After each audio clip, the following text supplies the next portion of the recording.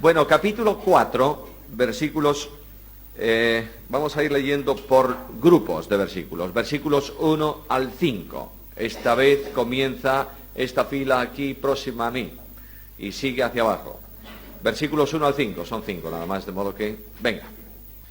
El apóstol está abordando varios problemas que hay dentro de la iglesia. El problema principal que está tratando aquí es el problema de las divisiones. Y en aquella iglesia, los creyentes que andan conforme a la carne habían puesto líderes a quienes nombraban y ellos decían que eran seguidores de ellos. De modo que aquella iglesia tenía 4 grandes divisiones en su interior.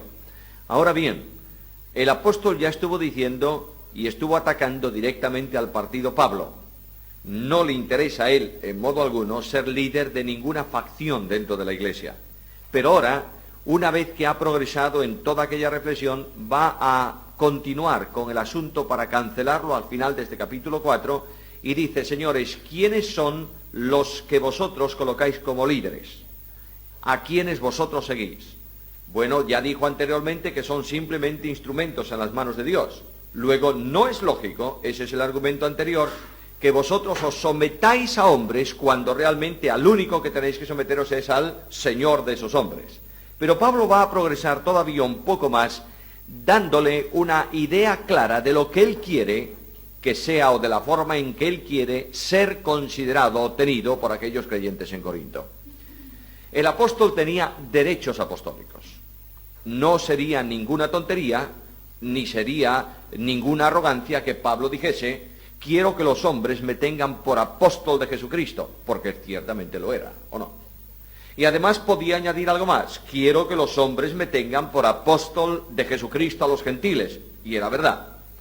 Y podía añadir todavía algo más: quiero que los hombres me tengan por apóstol de Jesucristo y por trabajador en la obra del Señor más que el resto de los apóstoles. ¿Era verdad o no era verdad? Era verdad. Pero el apóstol Pablo tiene una dimensión clara de lo que él es. Y lo que él es, esencialmente, como cualquier creyente, es siervo ¿de quién? De Dios, siervo de Cristo. Y aquí tenéis lo que Pablo dice: así pues, de manera, es una frase muy enfática en el texto griego. El apóstol Pablo está diciendo: atención, por favor, esto es importante. Quiero que los hombres nos tengan por servidores de Cristo. Bueno, hay varias palabras en el griego que se traducen en castellano por servidor, incluso alguna por esclavo. Todos conocéis una de ellas, que es el nombre, además de un barco, de operación movilización: doulos, siervo, esclavo. Pero también está diácono, que es también un servidor. Hay una serie de matices entre uno y otro. Ninguna de estas dos palabras son las que Pablo utiliza aquí. Pablo utiliza aquí una palabra tremendamente intensa que tiene que ver con un remero condenado a galeras.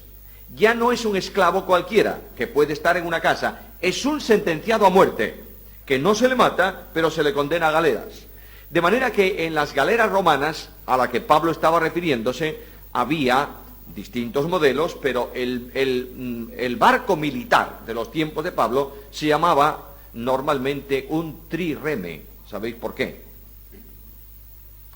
Pues tres, reme, oye, casi el castellano, tenía 3 filas de remos. De manera que cuando vosotros veis una fotografía de aquellas, una imagen de aquellas, fotografía no, un dibujo de aquellas galeras, veis que salían 3 filas de remos por babor, 3 filas de remos por estribor. Los remos, las filas de remos, indudablemente tenían que ir superpuestas, una encima de la otra. En la parte de arriba, en la primera fila, remaban soldados. Es decir, personas que trabajaban en el ejército, concretamente en la marina, y estaban en el banco de arriba y remaban. El banco superior de la galera era un banco cómodo, buena ventilación, cierta comodidad, y el que marcaba el ritmo de remo, el jefe de los remeros, no les arreaba con el látigo a esta gente. Eran soldados exactamente igual que él. Simplemente se limitaban a cumplir su misión. En el siguiente banco remaban algunos soldados que ya tenían ciertos problemas con el ejército y el resto eran prisioneros. Gente condenada por un tiempo a galeras. De manera que el banco no era tan cómodo, ya estaba más abajo, hacía más calor, no había tan buena ventilación, y eso sí que de vez en cuando recibían un latigazo del que estaba marcando el ritmo para que avanzasen como él quería.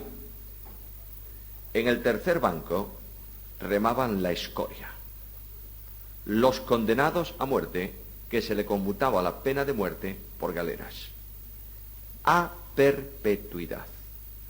Vivían en el banco, amarrados con un grillo de hierro a la galera. Y cuando la galera se hundía en guerra, ¿qué pasaba con estos? Se hundían con la galera. Estos son los que Pablo menciona aquí. Dice, yo quiero que los hombres me consideren como el esclavo de peor categoría al servicio de Cristo. Cuando yo leo este versículo siento un tremendo impacto. ¿Sabéis por qué? Porque yo creo que la iglesia del Señor hoy, en la iglesia del Señor, muchas personas desconocen esto. Los púlpitos de nuestras iglesias se han llenado de grandes títulos. Y casi no podemos tener una presentación en una iglesia que no se le anteponga antes un calificativo de doctor. El doctor fulano y el doctor zutano, sobre el púlpito de la iglesia. Queridos míos, hemos perdido el sentido común, ya no el sentido espiritual. Claro que el sentido común es el menos común de todos los sentidos, pero lo hemos perdido. Pablo dice, yo soy un esclavo de Cristo. Esta es la cuestión. Esto es lo que es el título de honor superior que un creyente puede desear. ¿Sabéis por qué? Porque Cristo fue siervo, ¿o no fue siervo? Y Cristo dijo, ninguno puede ser mayor que yo, porque yo soy el Señor. De manera que vosotros lo que tenéis que desear es llegar a ser lo que yo fui. ¿Qué fue Cristo? Siervo. Esto es importantísimo, mis queridos hermanos, aunque parece una tontería.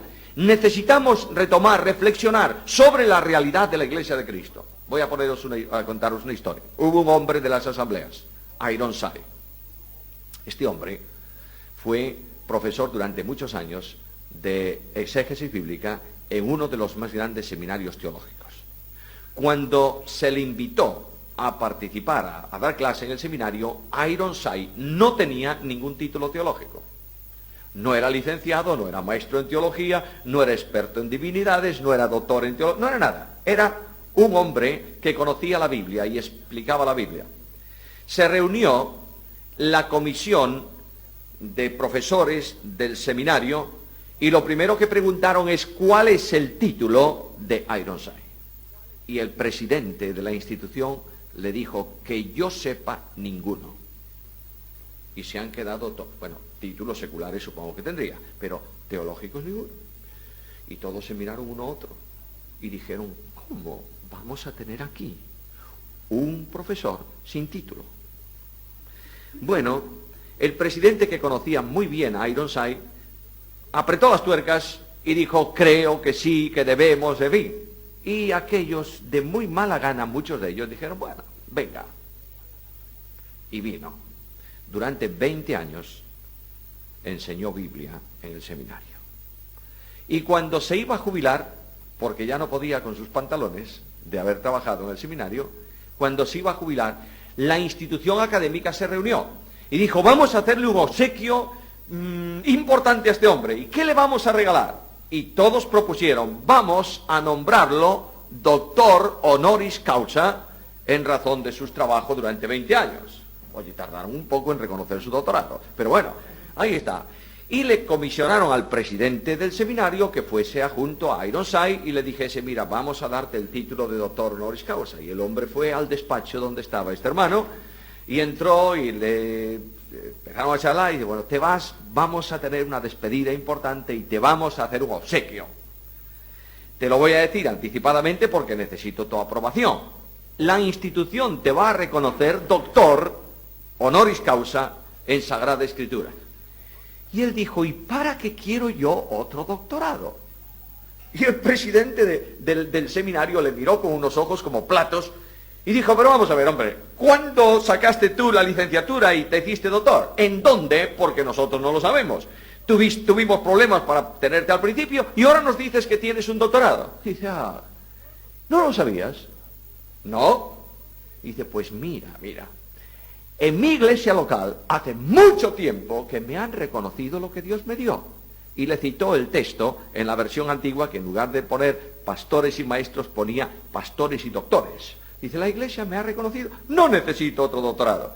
Aquí tenéis una persona con sentido común, con sentido bíblico equilibrado. Mientras que esto ocurre con hombres que conocen la Biblia, y no solo conocen la Biblia, mejor dicho, conocen al Dios de la Biblia, esto es lo importante. Hay muchísimos cientos que conocen mucha Biblia, pero desconocen absolutamente al Dios de la Biblia. Pues este hombre, que conocía al Dios de la Biblia, sabía que él era, ¿qué cosa? Un siervo del Señor, y que la iglesia le había reconocido el don que Dios le había dado. Aquí está la importancia de los creyentes. Mientras que en nuestros días nos peleamos por tener una colección de títulos, y a veces los que tienen muchos títulos tienen una enfermedad que se llama titulitis, pues este problema en la Iglesia de Cristo debiera estar absolutamente marginado, porque Pablo dice, señores, yo quiero que pasara a la historia no como el genio de los apóstoles, sino como el siervo de Cristo. Y además, un siervo sumamente vinculado a un trabajo, administrador de los misterios de Dios. Dios me ha dado un mensaje, fue él. Me ha encomendado que lo administre, por tanto yo estoy al servicio administrando los recursos de Dios. Ahora bien, versículo 2, se requiere que estos administradores, cada uno sea hallado fiel. Se requiere, es decir, es una exigencia, no es una posibilidad o una condición que se puede aceptar o no. Tiene que ser fiel para comunicar el misterio. La fidelidad del siervo al misterio es muy importante porque es fidelidad a la palabra. Nadie puede añadir, nadie puede quitar. Un buen administrador administra todo el recurso de capital que le ha sido puesto en las manos. Aquí está lo que nosotros tenemos que hacer. De ahí que el apóstol Pablo diga muchas veces en sus cartas, especialmente a los colaboradores y de forma muy especial a Timoteo, te ruego, te exhorto, incluso lo pone bajo juramento delante de Dios y de sus ángeles para que prediques, ¿qué cosa? La palabra. ¿Está claro? Solo la palabra. Nada más que la palabra. Los líderes de la iglesia, vosotros en el futuro, yo pido al Señor que levante una nueva generación de gente reflexiva sobre estas cuestiones. Que se produzca una renovación de la iglesia, no una revolución de la iglesia, pero sí una renovación. Y pido al Señor que estos asuntos estén en vuestra mente cara al futuro. No se puede permitir que en una iglesia de Cristo los líderes no deben permitir que se predique desde el púlpito otra cosa que no sea ¿qué? La palabra. El único mensaje edificante en una iglesia es la predicación expositiva. Y predicación expositiva no significa solo empezar un libro y terminarlo. Significa que todo cuanto tú expongas esté tomado ¿de dónde? De la palabra. Es preciso predicar sistemáticamente la Biblia en la iglesia si queremos que haya una renovación espiritual en el pensamiento de la iglesia. A lo largo de los últimos años estamos poniendo parches en granos que ya no tienen solución. Pongo un ejemplo. Tú entras en una iglesia de las nuestras, domingo por la mañana, y escuchas el ministerio cuando lo hay. Y oyes que hay un énfasis muy grande, hoy por la mañana se está predicando de una forma tremenda sobre ofrendas. ¿Qué está pasando en esa iglesia? Que la gente no está dando. ¿Ya hay un problema o no? Sí, que no dan. Entonces le ponemos un parche, ¿cuándo? Cuando ya está el problema. Y otro domingo por la mañana te levantas y oyes que están hablando mucho acerca, yo qué sé, acerca de divorcio. ¿Qué está pasando ahí? Pues que hay muchos problemas de este tipo. Y otro día hablan sobre la asistencia a las reuniones. Y así, vamos caminando detrás de los problemas. Y vamos tomando el ministerio después de que el problema se soluciona, se produce. Eso no es prevención. A veces no es ni curación. La Biblia expuesta sistemáticamente toca todos los problemas antes de que se produzcan. ¿Está claro? De manera que si en esa iglesia que he mencionado, esos 3 ejemplos, se predicase sobre Malaquías, sobre Ageo, pues ya tenemos resuelto el problema. Sobre Nehemías, ya tenemos resuelto problemas de ofrendas, problemas de moral, problemas de matrimonio, problemas de asistencia, problemas de compromiso. Están ahí. Ahora, la Biblia no solo no se lee, no se predica. Seamos honestos, por favor. En muchas iglesias, o en algunas sí, gracias a Dios por eso. Pero la Biblia produce cambios en la iglesia cuando se predica la Escritura. Por tanto, los predicadores de la iglesia, bajo la supervisión de los líderes de la congregación, de los ancianos de la iglesia, no pueden, delante de Dios, honestamente, predicar otra cosa que no sea la Biblia. Es necesario predicar la Biblia. El apóstol dice, tenemos que ser hallados fidelidad a la palabra. Versículo 3. Además de esto, vosotros podéis decir, dice el apóstol Pablo, lo que os parezca mejor sobre mis intenciones. Vaya, el apóstol Pablo está diciendo que quiere pasar a la historia como un criado de Cristo. Quiere hacerse humilde. Y los creyentes tenemos un problema, todos nosotros, de juzgar intenciones. La Biblia prohíbe juzgar al hermano. Es decir, las intenciones del hermano. A ver si aclaro esto. La Biblia es un libro que da las pautas que reflejan la conducta y el comportamiento del individuo. Luego, si una persona está robando, no lo estamos juzgando a él. Estamos juzgando la acción que está cometiendo. ¿Por qué? Porque lo juzga la Biblia. No podemos decir, bueno, como el Señor nos prohíbe juzgar, este roba, pero yo no puedo juzgar. No. Este roba, hay que ponerlo en disciplina, porque está establecido así en la Biblia. Pero lo que yo no puedo es decir, este roba por... No, porque es que no sé. Eso es un asunto que corresponde al Señor. La intención interna del por qué se produce la acción corresponde al Señor. Si no juzgásemos acciones, trataríamos de otra forma a los hermanos. No transigiríamos el pecado del hermano, pero no juzgaríamos al hermano bajo la óptica subjetiva de lo que tú no sabes, porque no estás dentro de su corazón. Y el apóstol Pablo estaba viendo que en la iglesia estaba siendo él juzgado por quiénes. A ver, ¿por quiénes? Los que estáis estudiando la epístola conmigo, venga. ¿Por quiénes estaba siendo juzgado Pablo? ¿Por quiénes? Seguro que no estaban siendo juzgados por aquellos que decían yo soy de Pablo. Pero los otros que decían yo soy de Cefas y tal, estaban juzgando seguramente a Pablo. Y especialmente los de Cefas dirían, este es un judío, ¿cómo le podríamos llamar? ¿Cómo le damos a un renegado? Buena palabra. Se ha cambiado la chaqueta. Como no le iba bien en el Sanedrín, por alguna razón que él sabe, pasó al cristianismo. Mira, aquí tienes tú un renegado que está... ¿Lo juzgarían algunos? Seguro que sí. El apóstol Pablo dice algo muy importante. No me importa nada ser juzgado por vosotros. Para decir esto hay que tener una ética muy grande, ¿eh? Porque indudablemente esto no es una arrogancia, es una realidad. Nadie puede juzgar al hermano porque no conoce las intenciones de su corazón. Pero añade algo más. Tampoco hay tribunal humano alguno capacitado para juzgar mis intenciones. No solo la iglesia, sino tampoco el mundo. Y añade algo más. Ni yo tampoco me juzgo. ¿Por qué? Ayer poníamos un ejemplo que dice que el corazón del hombre es engañoso. De manera que tú mismo a veces no eres capaz de juzgar correctamente tus propias intenciones. Parece un poco exagerado esto, ¿verdad?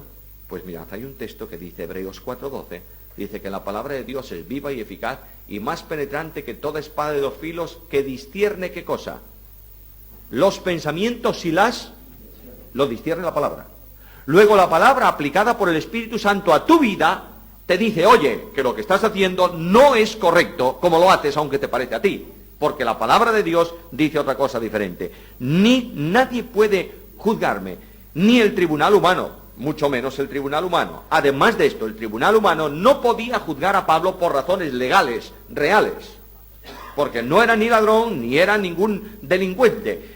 Fue juzgado por los romanos, acusado por los judíos y muerto finalmente por ellos. Pero esto no fue una acusación lógica o lícita. Murió por causa del testimonio de Cristo. El apóstol Pedro dice que cuando un creyente sufre por el testimonio, en razón del testimonio, regocíjese, alégrese. Pero cuando sufres porque estás andando desordenadamente, bueno, estás cobrando lo que realmente has contraído como deuda. El apóstol dice aquí, el que me juzga, ¿quién es? Es el único que puede juzgar. ¿Quién es el único juez del universo? A ver. Dios, ¿quién? Cristo. La Biblia dice que el Padre, que por derecho de creación, por derecho de relación, por derecho de señorío, puede juzgar, delegó todo juicio ¿en quién? en Cristo, en el Hijo. Entre otras razones, hay una razón evidente. Cristo conoce absoluta, exhaustivamente el pensamiento judicial del Padre, en el sentido de lo que es justo y de lo que es ético, porque es el verbo de Dios, la palabra de Dios. Él puede juzgar. Y juzga conforme, no a las apariencias, sino conforme a qué. Juan capítulo 2, versículo 25, por favor. Venga, busquemos un texto, movamos la Biblia. ¿Qué dice? Él sabía lo que había en el hombre, dentro del hombre. Luego el discernimiento para juicio de Cristo no es aspecto externo. Mirad, el aspecto externo de muchos, hay un dicho por ahí que da el pego, no sé si os suena esa frase, este da el pego, es decir, parece que lleva una ropa de marca y resulta que no, la compró en el chambo. De esta manera, muchas personas aparentan, ahí tienes el hombre y la mujer, ¿no? Ahí tienes el hombre perfecto. Todos los días de reunión en la iglesia, 10 minutos antes por lo menos, sentadito en su banco con la Biblia abierta, la cabeza inclinada. Cada vez que hay un voluntario para poner bancos, yo el primero. Un voluntario para tratados, yo el primero. Siempre el primero. Ah, perfecto. Parece, ¿verdad? Pero luego tú llegas a su casa y descubres que es un padre y un esposo que no es ni padre ni esposo, es el jefe de la tribu. Y este hombre entra en su casa diciendo, aquí mando yo. Y te vas a la oficina y descubres que cuando está haciendo una suma, hoy no se suma, pero bueno, está haciendo alguna cosa de estas muy importantes que habría que terminar, porque al día siguiente, para poder seguir eso, hay que empezarlo de nuevo, y dan las 5 en punto, clon, y hace lápiz plax. No importa que mañana a la mañana pierda 3/4 de hora para volver a tomar donde estaba. El asunto es que dieron las 5 para casa. Y además de eso, dice, oye, ¿y por qué voy a dejar yo el lápiz aquí? Si mi chaval me va a pedir un lápiz mañana para el colegio, lápiz al bolsillo para allá. Hipócrita, ¿o no? El apóstol dice que el Señor que juzga, no juzga por lo que se ve afuera, juzga por lo que hay dentro. Y dentro de nosotros, en mí el primero, hay mucha escoria. De manera que el apóstol está diciendo, nadie juzgue, y además en el versículo 4 dice, porque aunque yo no tengo mala conciencia, es decir, mi conciencia no me dice nada, y la conciencia es un elemento judicial importante dentro del hombre, el que me juzga es el Señor. Y ahora viene la conclusión, versículo 5, así que no juzguéis nada, ¿cuándo? Antes de tiempo. Luego hay un tiempo ¿para qué? ¿Para juzgar quién? El Señor, ¿a quiénes? A cada uno de quiénes. De los creyentes. Indudablemente hay un juicio final para muertos, que no es más que para certificar la condenación eterna de los tales, pero todos los creyentes vamos a comparecer delante de él, lo veíamos ayer, del tribunal de Cristo. Así que cuando Cristo venga va a hacer algo muy curioso. Va a aclarar también, ¿qué cosa? Lo oculto de las tinieblas. Hechos que nadie conoce, desconocidos para todos, que tienen que ver con el servicio, van a ser juzgados por el Señor. De manera que incluso podría tratarse, en este sentido, de una moral propia de las tinieblas. Mirad, por favor, Efesios 5:11. De manera que las obras infructuosas de las tinieblas, que deben ser reprendidas, algunos creyentes participan en ella, ¿no es esto? Luego, esto puede ser una de las referencias. Otra de las referencias tiene que ver, yo creo que es mejor esto, lo que viene a continuación. No solo lo oculto de las tinieblas, sino las intenciones del corazón. Es decir, el móvil del trabajo, la razón por la que se hizo algo, la causa del servicio cristiano.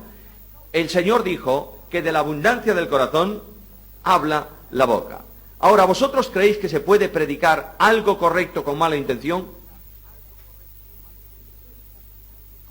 ¿Sí o no? ¿Puede un predicador predicar algo correcto pero con mala intención?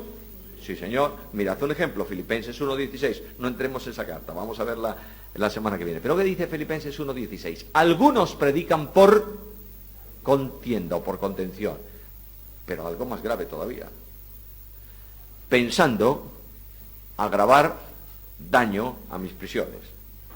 Eran buenos estos tíos, ¿eh? Primero, predicaban por contención, arrogantemente.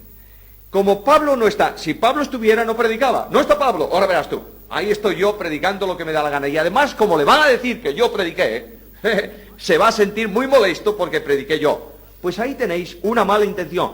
Pero no dice Pablo que predicaban algo incorrecto. Pablo dice, gracias a Dios que lo que se está predicando es el Evangelio. Bueno, pues el apóstol mira positivamente una acción y Dios conduce las cosas para bien.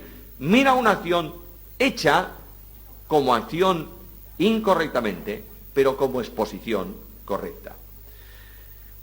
El juicio que Dios va a establecer sobre los creyentes es un juicio infalible e inapelable, porque Él discierne las intenciones del corazón. ¿Qué va a pasar entonces? Entonces, cada uno recibirá la alabanza ¿de quién? De Dios. ¿Queréis ver Lucas 19, 17, por favor? Muy bien. Dios está recompensando conforme a qué? A la fidelidad, a la razón de su servicio. Ojo, por favor, que es una parábola, ¿eh? Y que estas 10 ciudades no tiene que ver nada con la herencia nuestra en Cristo. Lo que tiene que ver muy probablemente es con la administración temporal del reino en el tiempo milenial de gente que haya quedado viva y haya sido fiel durante esos años de tribulación, etcétera, etcétera. Bueno, esto pertenece a otra materia. Pero nosotros recibimos la herencia en Cristo absolutamente y la recompensa por nuestro trabajo, por nuestro servicio. Coronas de victoria, corona de justicia, corona de gloria. Hay 5 coronas diferentes para el ejercicio victorioso de una vida cristiana. Ejercicio victorioso que solo es posible en Cristo y en el poder del Espíritu. Ahora llegamos al ejemplo de Pablo en los versículos 6 hasta el versículo 21. Y es muy importante lo que Pablo dice aquí. Por esto, hermanos, pero esto, hermanos, lo he presentado como ejemplo en mí y en Apolos, por amor de vosotros, para que en nosotros aprendáis a no pensar más de lo que está escrito, no sea que por causa de uno os envanezcáis unos contra otros. Dice el apóstol Pablo, yo he presentado esto, pero esto, especialmente la distinción que Pablo está haciendo en relación con los siervos de Dios. Mirad el capítulo 3, el versículo 4, porque diciendo el uno, yo ciertamente soy de Pablo, y el otro, yo soy de Apolo, sois carnales. Estas personas que estaban haciendo distinciones entre los siervos de Dios, reciben como reacción una larga exposición de lo que es el siervo de Dios y de lo que específicamente Pablo quería ser considerado por ellos. No el Señor, sino el siervo.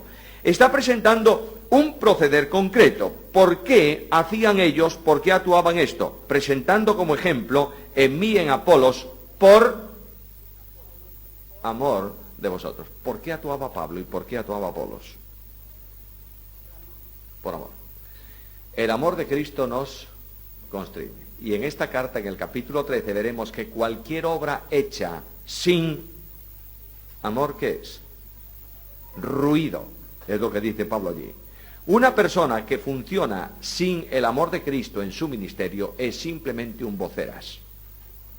Lo único que hace es ruido si habla, lo único que hace es ruido si está trabajando, pero no tiene ningún valor delante del Señor. Y además es un ejemplo, lo he puesto para que en nosotros, por medio de nosotros, en razón de nuestro comportamiento, aprendáis ¿a qué? ¿Qué quiere Pablo que aprendan estos? No, mirad el versículo. Aprendáis a no pensar más de lo que está escrito. Ahora, yo quería que me dijerais, que me analizaseis un poco ese versículo. ¿Qué opináis de eso? ¿Qué significa eso? Que no sean a la luz de la Escritura. ¿Estáis de acuerdo? El pensamiento del creyente tiene que estar controlado, guiado y orientado por la Escritura. Fuera del pensamiento de la Escritura no hay pensamiento correcto. Ayer os ponía un ejemplo. ¿Por qué no está bien que esto se haga? Respuesta, porque nunca se hizo. ¿Pensamiento correcto? No, señor, incorrecto. ¿Por qué no está bien hacer esto? Porque la Biblia dice ¿Correcto? Correcto.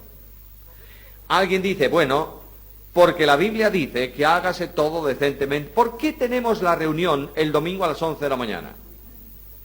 Y no a las 10. Y el domingo siguiente a las 11:30 y el otro a las... ¿Por qué? Porque hay que hacer todo decentemente y con orden. Se exige un orden. Pero ese orden, que no es doctrina fundamental, debe cambiarse cuando es necesario, ¿o no? Pues naturalmente que sí.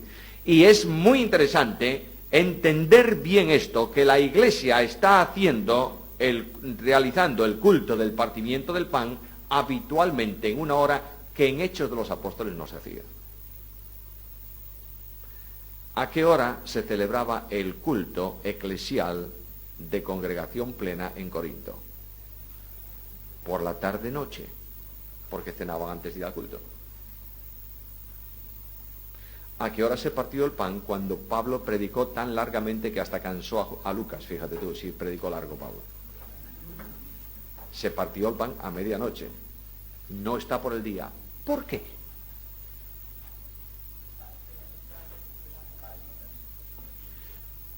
Bueno, yo no diría tanto para esconderse porque era una buena cantidad de gente que iban, pero es que era la hora en que podían ir.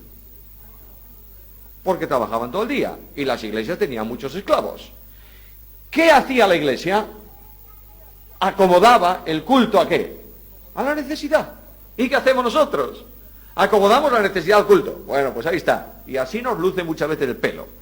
De manera que como el culto se hizo tradicionalmente, el culto de oración a las 8 de la noche, hagámoslo. ¿Quiénes van? Si salen todos de trabajar a las 8. Los espirituales que no trabajan. Porque los que trabajan, por muy espirituales que sean, no pueden venir. Luego lo que tenemos que hacer es adaptar el tiempo a las, mejor dicho, al revés, adaptar la iglesia a las necesidades del tiempo, manteniendo lo necesario dentro de la congregación. Pensamiento, nadie piense más allá de lo que está escrito. Y además dice que el propósito de la enseñanza es esta: no sea que por causa de uno os envanezcáis los unos contra los otros.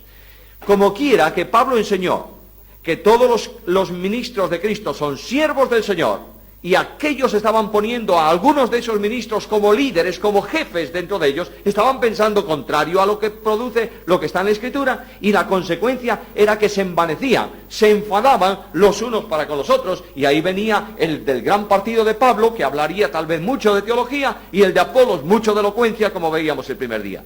Pensar incorrectamente, pensar contrario a la Biblia, es un problema que trae muy malas consecuencias en la vida cristiana y en la vida eclesial. Versículo 7. Pablo cambia sutilmente de relación para aplicar un correctivo a los pavos reales que había dentro de la congregación de Corinto. Leamos el versículo 7, por favor. Muy bien. Pablo está afrontando 3 problemas. Primer problema, la superioridad. Y contra la superioridad, ¿qué dice Pablo? ¿Quién? No dice qué. Dice, ¿quién te distingue? Vamos a ver, ¿quién te da a ti mayor importancia que a tu hermano? ¿Quién? Nadie. Cuando tú consideras que tu vida tiene mayor importancia que la de tu hermano, ¿sabes lo que eres? Eres un arrogante, porque te consideras superior. Así se calificaban aquellos y así se atribuían honores los unos a los otros. Vuelvo, por favor, perdonadme esto. Lo estoy haciendo con toda la intención. Los honores que distinguen a creyentes entre sí no los da el Señor, los dan los hombres. Lo repito.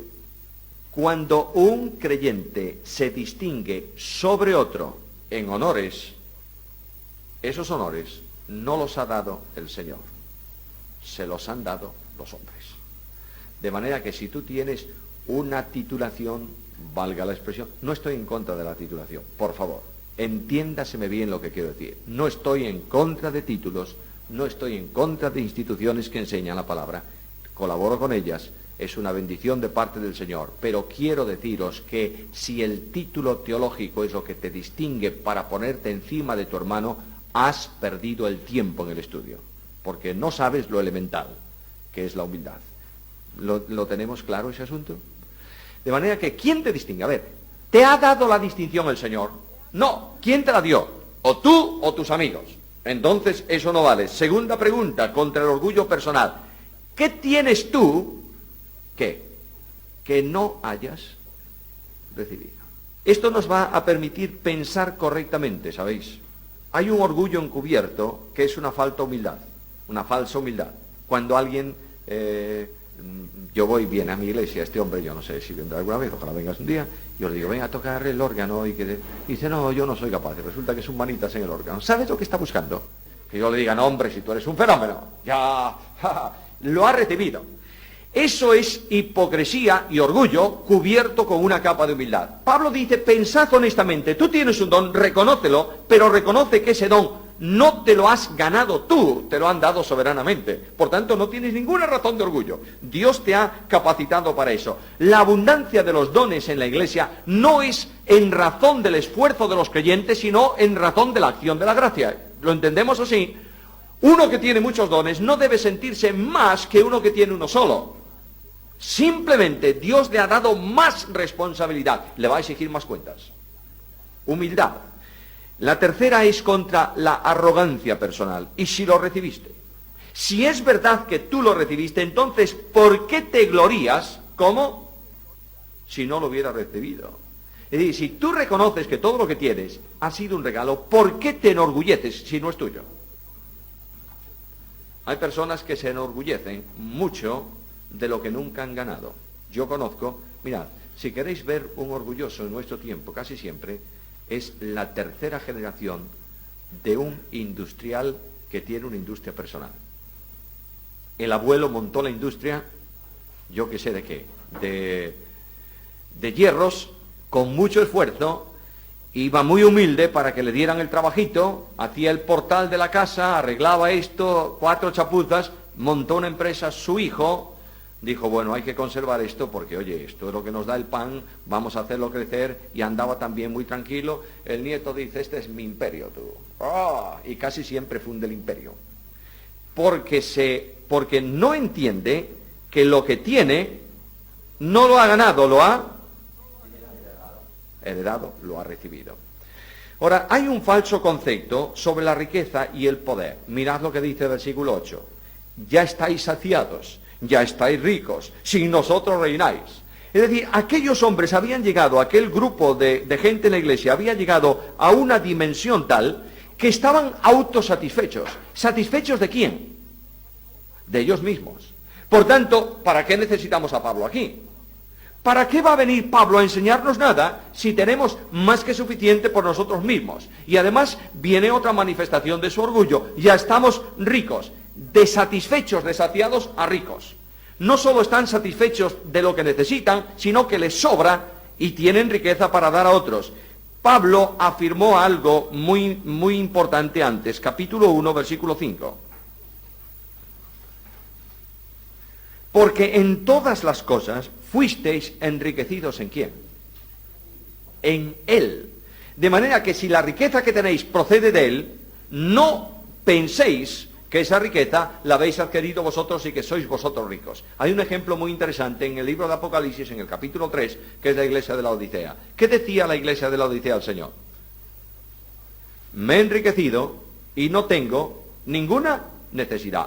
Cuando una iglesia dice esto, es una iglesia que tiene a Cristo puesto ¿en dónde? En la puerta de la iglesia. Las riquezas proceden todas del Señor. Y al mismo tiempo es una expresión de arrogancia. Sin nosotros ya reináis. Estaban reinando en su propio criterio. Pero hay una cosa más interesante ahí. Porque Pablo viene a decir a continuación, y ojalá reinaseis para que nosotros reinásemos también juntamente con vosotros. Eran unos reyezuelos que excluían al apóstol, ¿verdad? Pero, ¿qué significa esta segunda parte del versículo? Yo voy a liarme hoy toda la mañana a haceros preguntas así. ¿Sabéis para qué? Para conduciros a que reflexionéis sobre el texto. La Biblia se entiende haciéndole preguntas. Vamos a ver, ¿no os parece raro esto? Ya estáis saciados, ya estáis ricos y nosotros reináis. Bueno, eso se entiende fácilmente. Son unos orgullosos, dicen que son reyes y, en fin. Pero viene a continuación una frase de Pablo muy importante. Y ojalá reinaseis. ¿Para qué? para que nosotros reinásemos también juntamente con vosotros. ¿Qué está diciendo Pablo aquí? Claro, nosotros vamos a reinar con Cristo. Luego no solamente reinarían realmente estos, ¿quién reinaría también? Pablo y el resto de la iglesia. Luego no serían los apóstoles perseguidos, que va a venir a continuación, seríamos ya reyes en el reino con Cristo Jesús. Dice el apóstol Pablo, ¿vosotros creéis que reináis? Ojalá reinaseis de verdad. Pablo utiliza mucho estas frases que son, yo diría, muy ácidas, y que demuestran mucho el carácter que tenía Pablo. Pablo, nunca olvidéis que era un miembro del Sanedrín. Y los miembros del Sanedrín no eran precisamente los debiluchos de carácter. Eran personas de mucho carácter, que eran elegidos para estar en el Tribunal Supremo de la Nación. Tenéis un hombre que tiene su carácter, y este carácter de Pablo le lleva a decir cosas como estas. Cuando escribe la carta a los Gálatas y habla de la circuncisión y dice, aquellos vienen para pedir que os circuncidéis, ojalá se circunciden ellos hasta quedar sin su miembro, es lo que dice el apóstol Pablo ahí, ojalá se corten totalmente. Luego es muy ácido el apóstol Pablo diciendo cosas, dice, no, que no se hagan, que lo amputen, dice el apóstol Pablo, ojalá.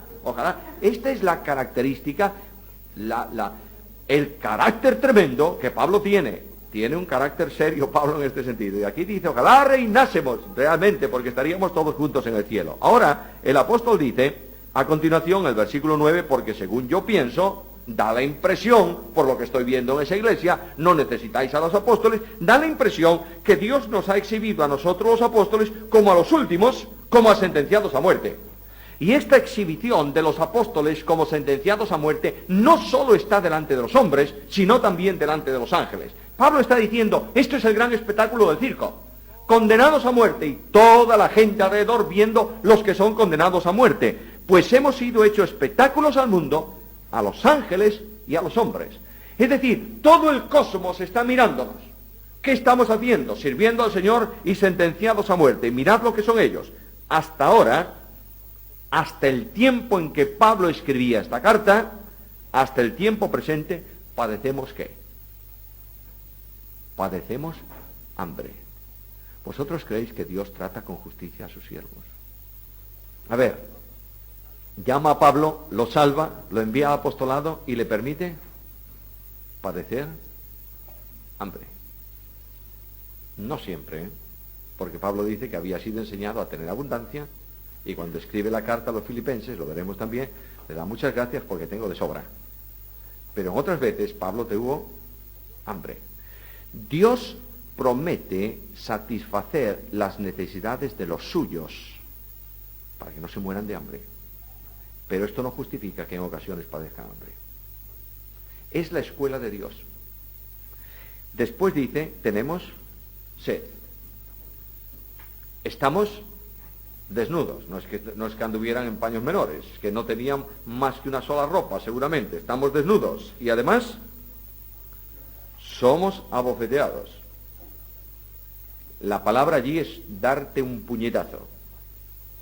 Y además no tenemos morada permanente, es decir, no tenemos una casa. Bueno, ¿me podéis decir la descripción de Pablo, que la descripción que Pablo hace aquí, ¿a quién corresponde además de a Pablo? A Jesús. Jesús tuvo hambre. Ya veis que al principio en las tentaciones tuvo hambre, tuvo sed. Sí, Señor. Estuvo desnudo en el sentido de no tener ropas. Sí, la ropa de Cristo se la habían regalado unas mujeres. Además, ¿qué? ¿Fue abofeteado? Sí, Señor. ¿Y tuvo morada permanente? Las aves de los cielos tienen nido, las torres cavernas, el Hijo del Hombre no tiene como propiedad suya nada, ni siquiera el lugar donde reposa la cabeza. Ahora, queridos, ¿qué os parece esto? A ver. ¿Por qué Pablo puede decir, imitadme a mí porque yo imito a Cristo? ¿Os dais cuenta lo que ocurre aquí o no?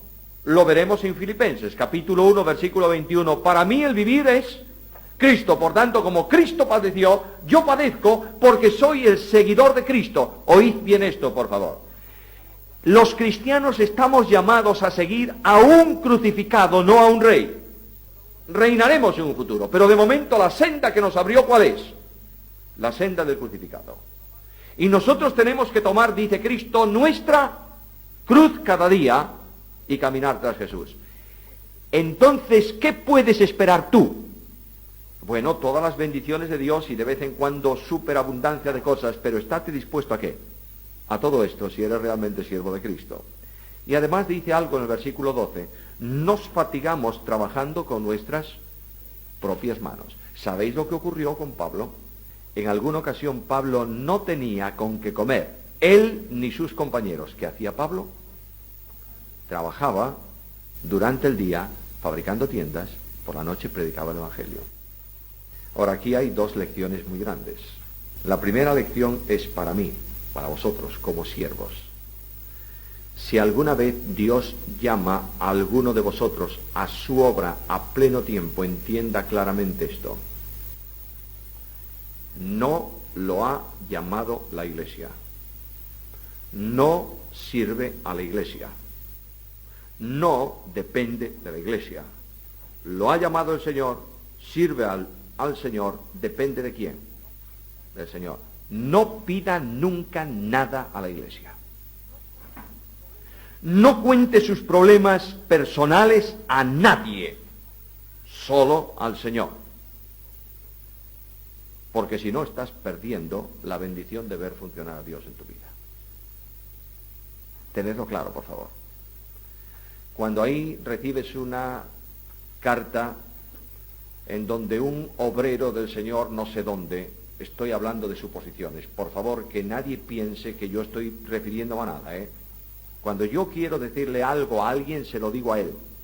No lo digo en público y menos desde un púlpito, bajo ningún concepto. Pero cuando recibes una carta en donde un obrero del Señor dice, bueno, orar, siempre es muy fácil pedir limosna mediante la oración, ¿sabéis?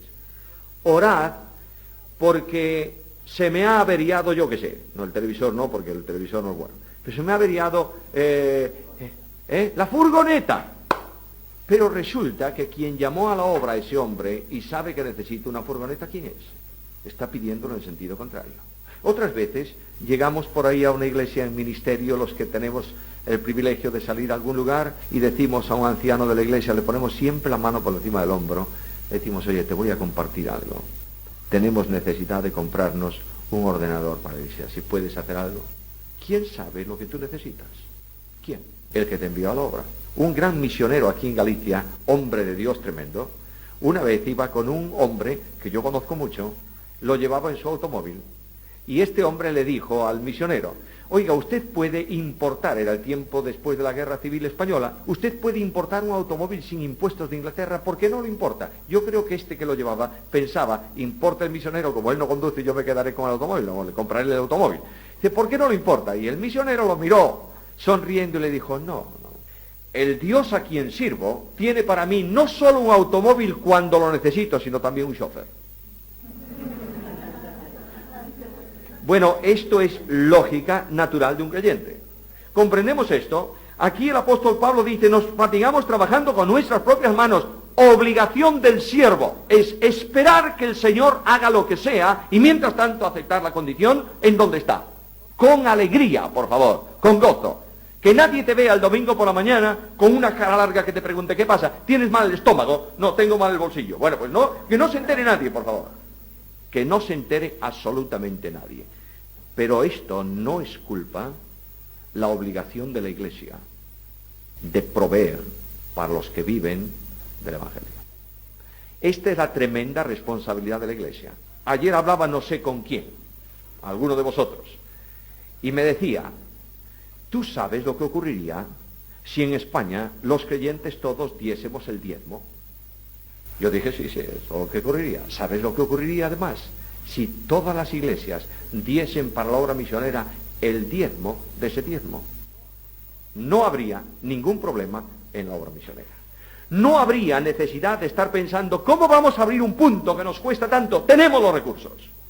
Lo que ocurre es que la Iglesia ha perdido de vista la identificación con la obra misionera como responsabilidad del cumplimiento de la Gran Comisión. Y el apóstol dice, trabajo con nuestras propias manos. Y ahora viene la moral de Pablo. Nos maldicen. ¿Y qué hacemos? Bendecimos. ¿Podéis ponerme un ejemplo, por favor? A ver, un ejemplo. De Pablo. Donde fue abofeteado. Muy bien, ese es un ejemplo también. Pero ahí llevó un guantazo y el Pablo, como carácter, ahí tener ese carácter de Pablo, reaccionó inmediatamente. Dios te hiera a ti, pared blanqueada. Pues no le dijo nada. No le dijo nada Pablo a ese individuo. Pero hay un ejemplo genérico en toda la Escritura, y es que el apóstol Pablo, por ejemplo, Filipenses capítulo 1, versículo 3. Doy gracias a mi Dios siempre que me acuerdo de vosotros, siempre en todas oraciones, etcétera, etcétera, etcétera, etcétera, etcétera. Versículo 15. Algunos a la verdad predican a Cristo por envidia y contienda, pero otros de buena voluntad. Los unos anuncian a Cristo por contención, no sinceramente, pensando añadir aflicción a mis prisiones. Estaban hablando mal de Pablo, actuando mal contra Pablo. ¿Qué hacía Pablo? Les hablaba a Dios bien de ellos. Bendecir es decir bien, maldecir es hablar mal. Luego, mientras unos hablaban mal, Pablo bendecía. Esto es lo que Cristo hizo, ¿o no? Realmente lo hizo así. Cuando Cristo sube a la cruz del Calvario, tenemos la enorme gran bendición sobre el pueblo de Israel. Padre, perdónalos. ¿Por qué? Bueno, una pregunta ahí, un paréntesis, primero de la mañana. ¿Por qué Cristo dijo esto? No saben lo que hacen. Primero, ¿sabían lo que hacían? Sí. ¿Lo estaban haciendo a conciencia? Sí. ¿Sabían que Cristo había hecho bienes, que no era digno de muerte y que gritaron todos ellos? Crucifícale. En la ley, ese es un pecado de homicidio voluntario. Por ese pecado no hay sacrificio expiatorio. Lo que dice Cristo es, Padre, no le consideres esto como un pecado hecho con violencia contra ti. Considéralo como un acto de ignorancia. ¿Para qué? Para que hubiese extensión del sacrificio de la cruz para aquellos que le estaban maldiciendo. Ahora, si Cristo llegó a esto, qué difícil resulta para mí aguantar a aquel que no me ve bien. Os aseguro que sí, y que a veces, como hombre, me encantaría retorcerle el cuello. Pero esto es el viejo hombre, que lo tengo ahí dentro. Y de vez en cuando asoma las orejas, ¿sabes? Pero lo importante es que en el seguimiento de Cristo, nosotros bendecimos, padecemos persecución, sí, ¿y qué hacemos? Soportamos. Aquí hay una expresión de paciencia. Viene la prueba, paciencia. Aguantamos la persecución. No nos movemos fácilmente, no somos como aquellos que se cita en la carta a los hebreos, que como estaban en un conflicto tremendo, querían abandonar el cristianismo, regresar al judaísmo para que se acabara el conflicto. No, nosotros soportamos. Nos difaman y rogamos por los difamadores. Hemos venido a ser hasta ahora como que la escoria del mundo y el desecho de todos. Mirad, Corintios, vosotros sois pavos reales que no tenéis derecho siquiera a recibir el título de creyentes. Nosotros los apóstoles estamos padeciendo todo esto y vivimos de esta manera. Y algunos dirían, vaya cosas que dice Pablo, nos está poniendo. Y Pablo dice, mira, no digo esto para avergonzaros, sino para amonestaros. Amonestación es una palabra radical de una raíz semejante a exhortación. A ver, queridos hermanos míos, miembros de las queridas asambleas de hermanos, ¿qué entendemos generalmente por exhortación? Eso es lo que debiéramos entender. Pero lo que realmente entendemos cuando nos encontramos Efraín y yo en la calle, somos de la misma iglesia, amigos de siempre, salimos del... Y me dice Efraín, vaya exhortación. ¿Qué significa? Nos han pegado una paliza que andamos todos tiesos. Exhortar es consolar, lo acaban de decir. María está dando la afección de la palabra, de manera que lo que significa esta amonestación es el cariño de un padre que ve que sus hijos andan desordenadamente y les dice, a ver, señores, pongamos un poco de orden, y les ha puesto unos cuantos ejemplos, porque aunque tengáis 1000 ayos, el ayo es el criado que tenía la obligación de controlar, de supervisar, de conducir a un niño pequeño. ¿Recordáis esto? De manera que los ayos, lo que producía con la disciplina que le daban, porque el padre delegaba en el ayo toda la autoridad, y el ayo no era un individuo que le decía, mira, si viene tu padre te voy... No, le daba él. De manera que el hijo, que estaba bajo un ayo, estaba hasta el gorro del ayo, y estaba esperando el tiempo en que fuese mayor de edad para decirle al ayo, fuera, ahora mando yo. Aquí dice, vosotros podéis tener 1000 ayos. Es una hipérbole de Pablo que está diciendo, vosotros tenéis generalmente un montonazo de maestros. ¿Cuántos queréis para cada uno de vosotros? 1000, pues tenedlos. Pero no vais a tener a nadie como yo, que os amo entrañablemente, pues en Jesús yo os engendré por medio del Evangelio. Pablo dice, yo soy vuestro padre, sois vuestro padre espiritual. Pablo utilizaba mucho esto. Claro, los evangélicos, llamar padre a otra persona, por favor. ¿Por qué? Porque además dice Cristo, no llaméis padre a nadie. Entonces, por favor, no llames tampoco a tu padre carnal padre. Entendamos, por favor, las expresiones bíblicas del lenguaje. Pero Pablo, ¿qué dice a Timoteo? ¿Cómo le llama Pablo a Timoteo? Mi hijo. ¿Y cómo le llama a aquellos que habían sido salvos por medio de su ministerio? Mis hijos. Pablo siente el cariño de un padre que ha engendrado un hijo. Un padre ama a su hijo entrañablemente porque es una proyección de su vida. Y a veces hay hijos que para qué, sobre todo cuando son pequeños. Y el padre tiene que dormir porque tiene que levantarse temprano y el hijo resulta que no le coincide su sueño con el sueño del padre, casi nunca. De modo que cuando el padre tiene que dormir, el hijo no le da la gana de dormir. Y eso es sumamente molesto, pero lo sigue amando. Aunque a veces dices, oye, me dan ganas de echarte por la ventana, pero lo amo, y pobrecito, mira qué encanto, sí, mira qué encanto.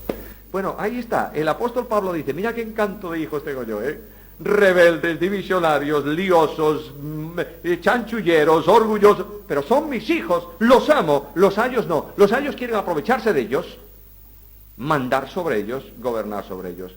Algunos están envanecidos, como si nunca yo hubiese de ir a vosotros. ¿Sabéis lo que decían los judaizantes, especialmente de Pablo? Es un tipo feo, habla muy mal, y dice pero no hace.